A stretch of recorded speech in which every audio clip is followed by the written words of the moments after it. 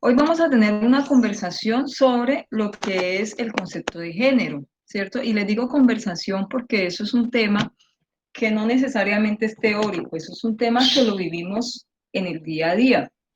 Entonces, ustedes leyeron un material muy interesante que hace parte de un curso de feminismo de la Universidad Abierta de Chile y pues como utiliza palabras muy sencillas, yo decidí enviarles ese material como para iniciar.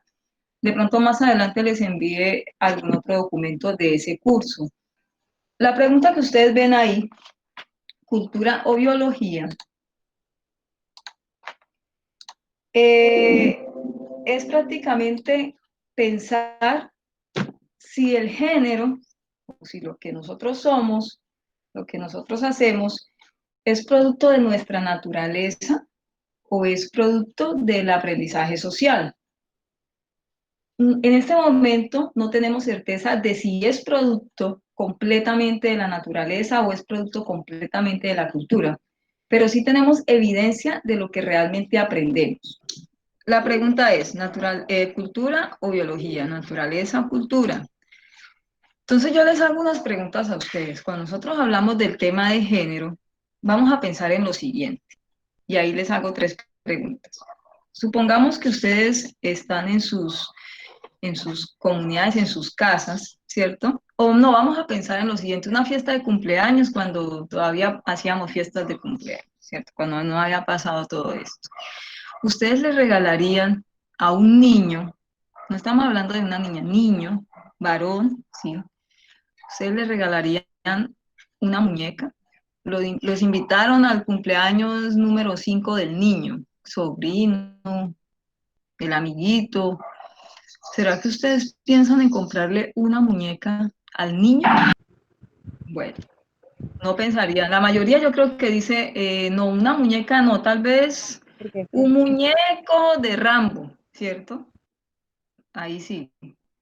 Pero una muñeca no. Entonces, si ustedes dicen que no, ¿por qué no? Bueno, entonces vamos a la siguiente pregunta. Yo solamente quiero que ustedes comiencen a reflexionar cómo la construcción social de género la tenemos inmersa en nuestra subjetividad, ¿cierto? Que eso no es algo ajeno, o sea, es parte de nuestra vida. ¿Ustedes qué cosas piensan que son femeninas o masculinas? Por ejemplo, piensen en todas las veces que de pronto les han dicho o ustedes han pensado que una mujer es, como a veces uno se expresa vulgarmente, marimacho, ¿cierto? ¿Alguna vez han expresado así una mujer y qué ven en ella para que ustedes piensen de esa manera? O si de pronto han pensado que el muchacho es amanerado, ¿qué es lo que tiene él para que ustedes piensen de esa manera? ¿Sí? Entonces, ¿qué cosas Profe, piensan ustedes que son femeninas y qué cosas piensan que son masculinas? Si ven sí, que no, la mujer es muy brusca, eso significa, y le dicen marimacho, eso significa que para que una mujer sea femenina, debe ser como delicada, ok. Entonces, ¿qué más piensan ustedes que es ser? Porque bueno, de pronto por el nivel avanzado que tenemos en este momento, cuestionamos un poco más eso. Entonces, no les pregunto a ustedes directamente, la sociedad. ¿Cómo piensa la sociedad o la mayoría, porque no todos pensamos así, qué es ser femenino y qué es ser masculino? sí, Femenina significaría ser una mujer prudente, ¿cierto? Entonces, que no grite, que no sea escandalosa, que sea prudente, como que se comporte pues de una forma adecuada, ¿cierto? Eso es lo femenino de acuerdo pues a nuestra cultura. Y que hablemos un poco de lo masculino. ¿Y qué sería masculino entonces? Entonces, todos esos aspectos tienen que ver precisamente con una construcción, ¿cierto? Entonces, yo quisiera que quedara claro lo siguiente. Cuando nosotros hablamos de género, lo podemos usar desde dos puntos de vista. Hay algo que le llamamos estudios de género o perspectiva de género o enfoque de género, ¿sí? Cuando nosotros hacemos un proyecto o hacemos una intervención basada en el enfoque de género o en la perspectiva de género, significa que es cuando nosotros analizamos las relaciones sociales entre hombres y mujeres. ¿Qué significa eso?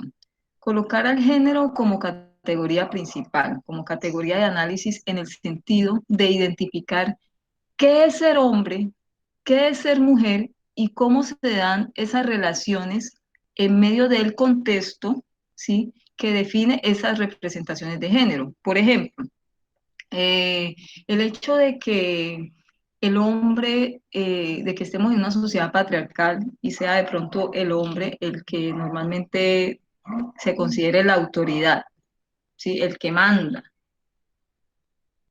Es una forma de relacionarse. El hecho de que en algunos contextos se considere que las mujeres deben enfocarse más a la maternidad y a ser buenas esposas que a sus metas profesionales. Eso es son relaciones de género. El hecho de que las mujeres sean mayores víctimas de violencia sexual. Ahí tenemos que analizar esa relación de género. Bueno, ¿por qué la mujer? El hecho de que a los hombres que son gays de alguna forma se les discrimine, se les violente muchas veces, sean despedidos de sus trabajos. ¿Por qué pasa eso? ¿Sí? Entonces, el analizar esas relaciones, nosotros le llamamos perspectiva de género, enfoque de género, el mirar cómo esa diferenciación de género afecta a las personas.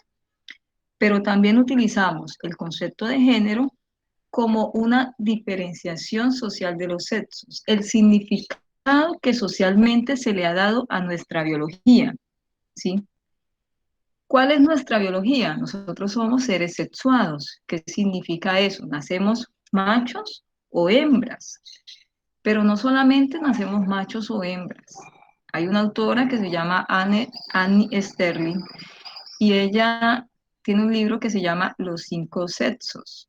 ¿Eso qué significa? Anteriormente le llamábamos hermafroditas y pues actualmente les decimos intersexuales. Hay personas que biológicamente nacen con características de ambos sexos, porque el sexo no es solamente tener un pene o tener una vagina, el sexo implica cuestiones también hormonales, ciertas cuestiones, eh, bueno, eso lo vamos a ver después cuando hablemos de sexo, pero los intersexuales son personas que están en nuestro entorno y hay más intersexuales en nuestra sociedad que personas albinas.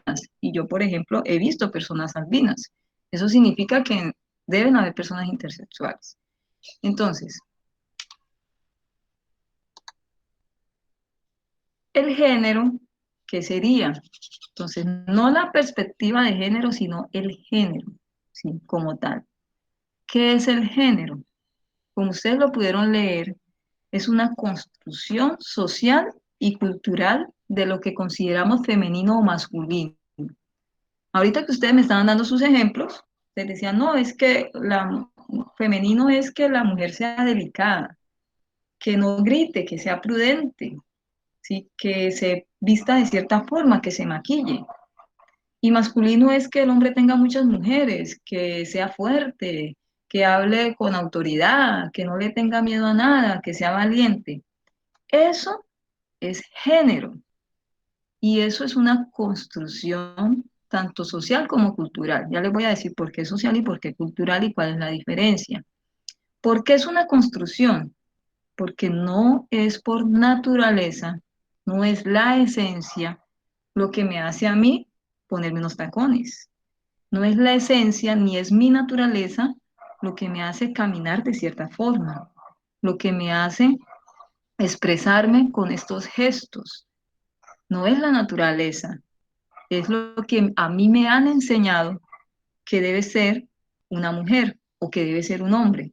Y es aprendido socialmente y se transmite de generación en generación. Hay personas que no cumplen con esas normas porque es una norma impuesta. Entonces, cuando hablamos de feminidad o masculinidad, es algo impuesto. O sea, si yo quiero jugar fútbol y me dicen que no juegue, me están imponiendo cómo debo ser y cómo debo comportarme. No están dejando que yo sea libremente, ¿cierto? Entonces, ¿por qué es una construcción social? porque nosotros desde que estamos en el proceso de socialización, eh, ese proceso está generificado, o sea, está diferenciado por géneros.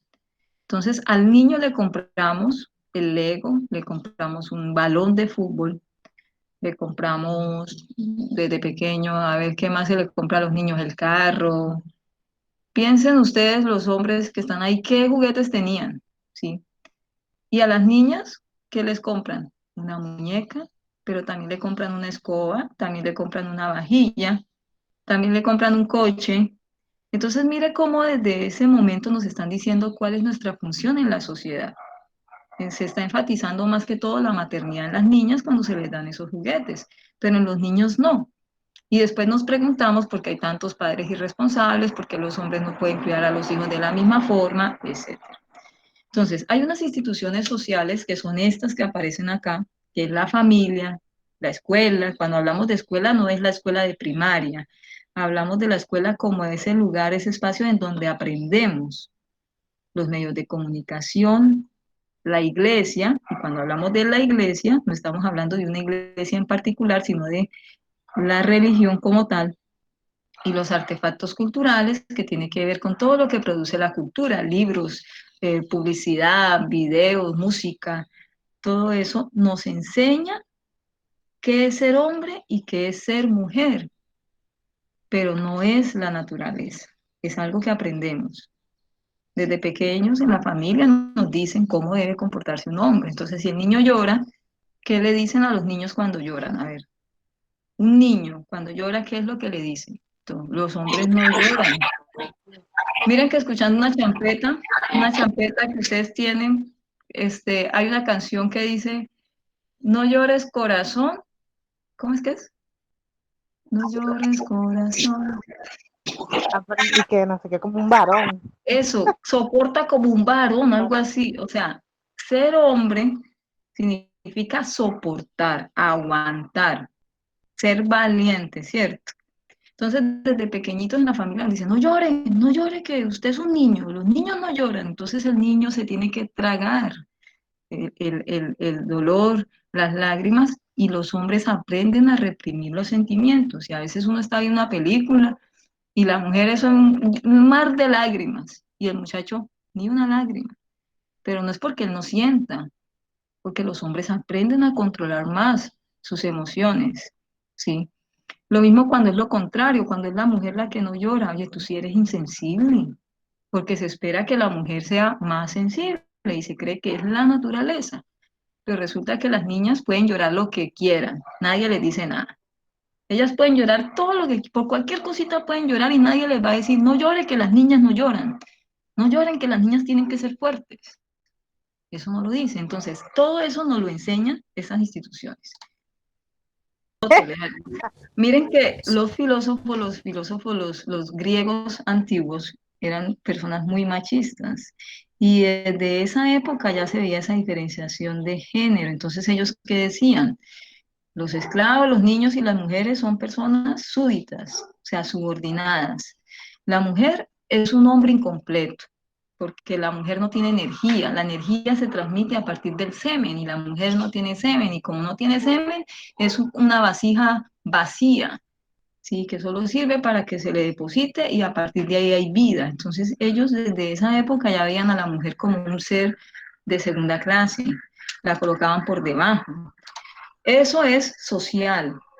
Yo les muestro esta imagen. Si ustedes miran, el niño que está ahí, que es el expresidente de los Estados Unidos, Roosevelt, ustedes en esta época van a pensar que es una niña. ¿Por qué? Miren en los zapatos, miren las medias, miren el corte de cabello y miren el vestido. Ustedes, si tuvieran hijos hombres, ¿lo vestirían así? Yo creo que no. Van a decir, oye, tú quieres volver a tu hijo gay, ¿por qué lo estás vistiendo como una niña? Porque se confunden también las dos cosas, ¿cierto?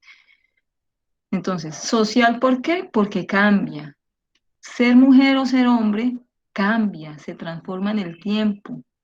¿Por qué? Porque es una construcción social, no es la naturaleza.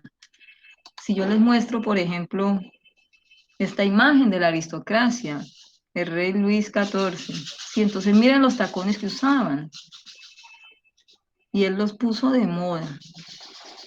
Miren en su cabello, la forma como se para, la pose.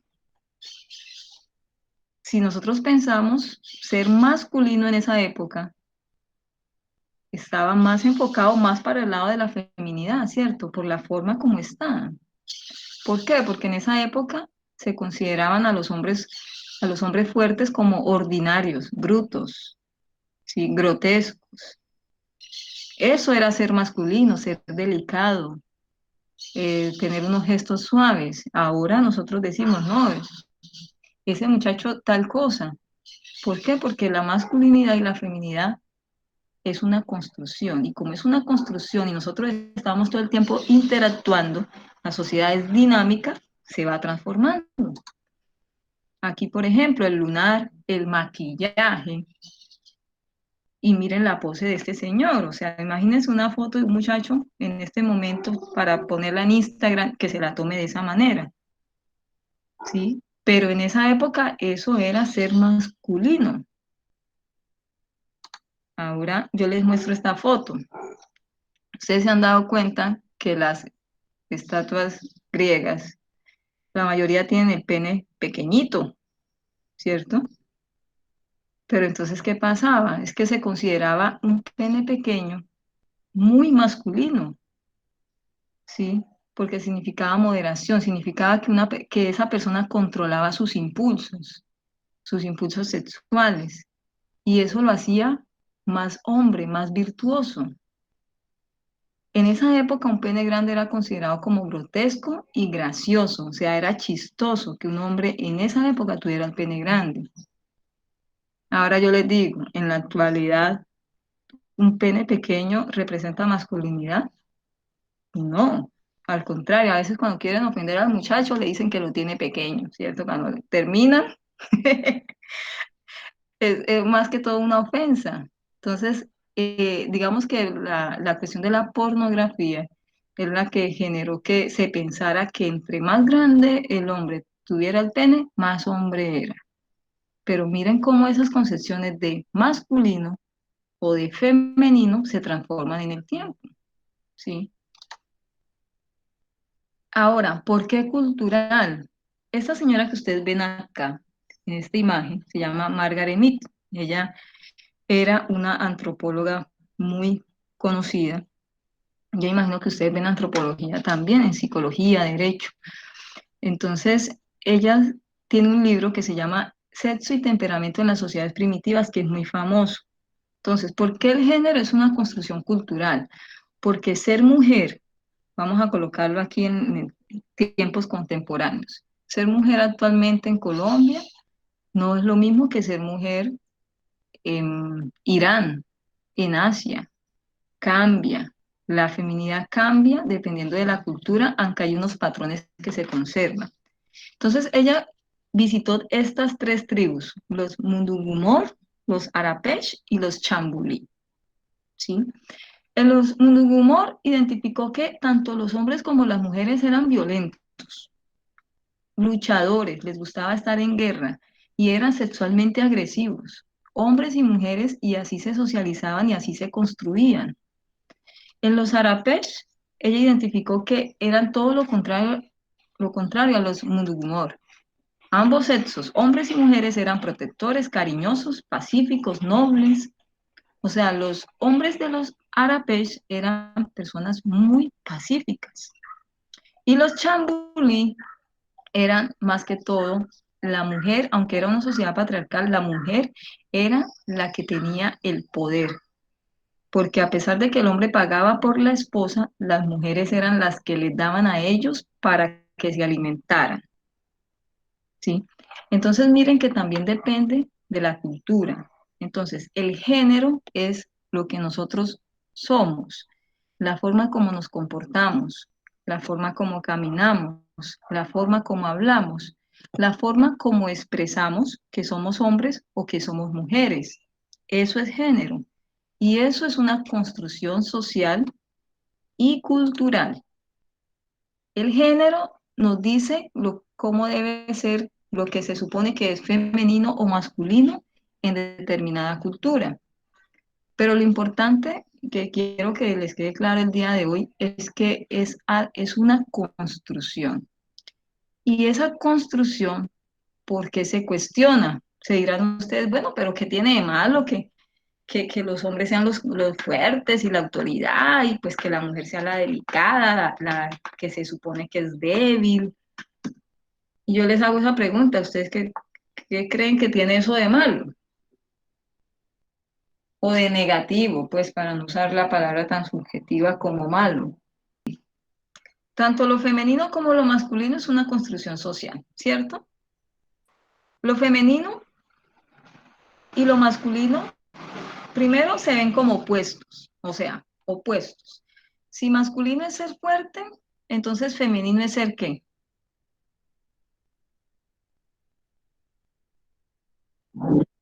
Débil, muy bien. Si Débil. masculino es ser valiente, entonces femenino es ser ¿qué? Miedo. Miedoso o cobarde, ¿cierto? Entonces yo vi la cucaracha, salí gritando y nadie dice nada, la gente se ríe, ¡ah! Pero un hombre ve una cucaracha y sale gritando y ¿qué le van a decir? ¡Ay! De una vez, ¿cierto? ¿Por qué? Porque él tiene que mostrar que no le tiene miedo a nada. Es una construcción, el significado sobre algo. Si ser masculino es ser autoridad y mandar, significa que ser femenino es ser ¿qué cosa? Está sumiso. Sumiso. Sumisa. Eso. Muy bien. Si ser masculino es ser una persona independiente. Lo femenino dependiente. Entonces, Exacto. Entonces, tenía. miren, ese es el cuestionamiento. Esa construcción social se ha hecho basada en relaciones de poder. ¿Qué significa eso? Que coloca a un género por encima de otro. En la estructura patriarcal que tenemos, lo masculino suele ser mejor. De alguna forma está por encima, jerárquicamente hablando. Eso hace que las mujeres se vean afectadas en nuestra sociedad de diversas formas, ¿sí? Incluyendo violencias como tal. Bueno, en el caso de los hombres, normalmente el hombre que hace eso tiene mala fama, ¿cierto? No se ve bien. O sea, un hombre que vive de una mujer lo ven como si, no sé, como Como un gigoló. exacto, o sea, no se ve bien, pero una mujer que vive de un hombre, ¿será que la ven bien o dicen, oiga, mucha mantenida? Y es que el hombre trabajando y ya en la casa, ¿qué es eso? ¿Será que la gente cuestiona eso o será que lo ven normal? Lo ven normal, lo ven normal. Lo ven normal, ¿cierto? Entonces, ahí entra una palabra muy importante, normal. Cuando yo nazco en una cultura, en una sociedad que me está diciendo todo el tiempo que eso es lo normal, mi casa, en la escuela, los medios de comunicación, la música, las novelas, el cine, todo me dice que lo normal es eso, pues yo no me atrevo a cuestionarlo, ¿cierto? O sea, yo tengo que ponerme a pensar más profundamente cómo me puede afectar eso. Por ejemplo, si yo me dedico a criar hijos y a casarme, y resulta que el tipo más adelante cambió porque pues normalmente las relaciones de pareja suelen cambiar. Entonces cambió, se buscó otra y de pronto de un momento a otro empezó a maltratarme. Pero como yo estaba tan enamorada y me fui a vivir con él y yo no estudié, yo quedé en décimo y yo no sé hacer nada, entonces yo a los 45 años estoy pensando, ¿qué hago? No lo puedo dejar porque yo pienso, y lo estoy diciendo por experiencias de las mujeres maltratadas, muchas piensan, primero que no son nada porque les bajan la autoestima. ¿Cierto? Que no son nada y que no pueden hacer nada sin esa persona al lado y que no van a salir adelante solas y que ya son muy viejas. Hay personas que se sienten viejas a los 45 años y dicen ya, ya no. Entonces tienen que aguantar una vida de violencia. La dependencia en ningún aspecto es buena. Se cuestiona precisamente por esa jerarquía de pensar que lo masculino es mejor, que lo masculino está por encima de lo femenino Y más adelante, cuando veamos la cuestión de masculinidades y feminidades, nos vamos a dar cuenta que hay muchas formas como yo puedo ser mujer, que yo me puedo salir de esa norma social, que hay muchas formas como yo puedo ser hombre, que yo me puedo salir de esa norma social, ¿sí? Y que eso no tiene nada de malo, que si yo, se considera algo normal, es muy difícil que se cuestione. Por eso es que tanto hombres como mujeres suelen ser machistas, porque a ambos nos educan bajo la misma lógica, ¿cierto? El mismo binarismo de género, porque eso hace parte de la normalidad, de la cultura. Y por eso precisamente es que es tan complejo la pregunta que yo les hacía ayer, hablar de estos temas, porque cuestionar usted el statu quo, cuestionar lo que está establecido, o sea, eso es como pelear contra el mundo, pero se necesita, ¿sí? La idea es que podamos ser simplemente libres, que podamos gozar de las mismas oportunidades, que realmente hagamos uso de nuestra libertad y busquemos la felicidad sin que nadie nos esté juzgando, ¿sí? Pero que también yo pueda ser sin que me limiten socialmente, que yo pueda jugar fútbol si me gusta sin que me limiten, que yo pueda, que un hombre pueda de pronto dedicarse a bailar, a meter, o sea, no sé ustedes por qué los pueden cuestionar, pero que ustedes, que el ser humano realmente pueda ser sin ser cohibido y sin ser limitado. ¿Sí? Son algunos conceptos de los que ustedes van a ver. Ahí no está orientación sexual, ahí no está transgénero, no está transexual, no hay, ¿qué más? Hay unos conceptos que hacen falta. Entonces, el binarismo de género, piensen en lo siguiente, cuando la sociedad piensa que solamente existe hombre, mujer y que necesariamente deben ser heterosexuales. Ese es el binarismo de género, dividir a la humanidad en dos. Existen dos géneros, o es femenino o es masculino, no pueden haber intermedios, no puede haber mayor diversidad, ¿sí? Y necesariamente las personas nacen heterosexuales. La identidad de género tiene que ver cómo yo me siento o cómo yo me identifico con relación al género. Entonces, femenino, masculino, pero hay personas que, por ejemplo, dicen, con ninguno de los dos me identifico, ni femenino ni masculino, yo no soy nada de eso. Y ahí es cuando hablamos de las personas queer. La expresión de género es la forma como yo expreso que soy mujer o que soy hombre, pero que esa expresión hace que los demás den una opinión sobre lo que yo soy. Por eso les colocaba el ejemplo. Entonces el muchacho se considera masculino, pero como de pronto es un poquito amanerado, las personas lo ven como femenino. Esa sería la expresión de género, aunque su identidad sea masculina. La identidad sexual tiene que ver con la forma como yo me siento con mi propio cuerpo.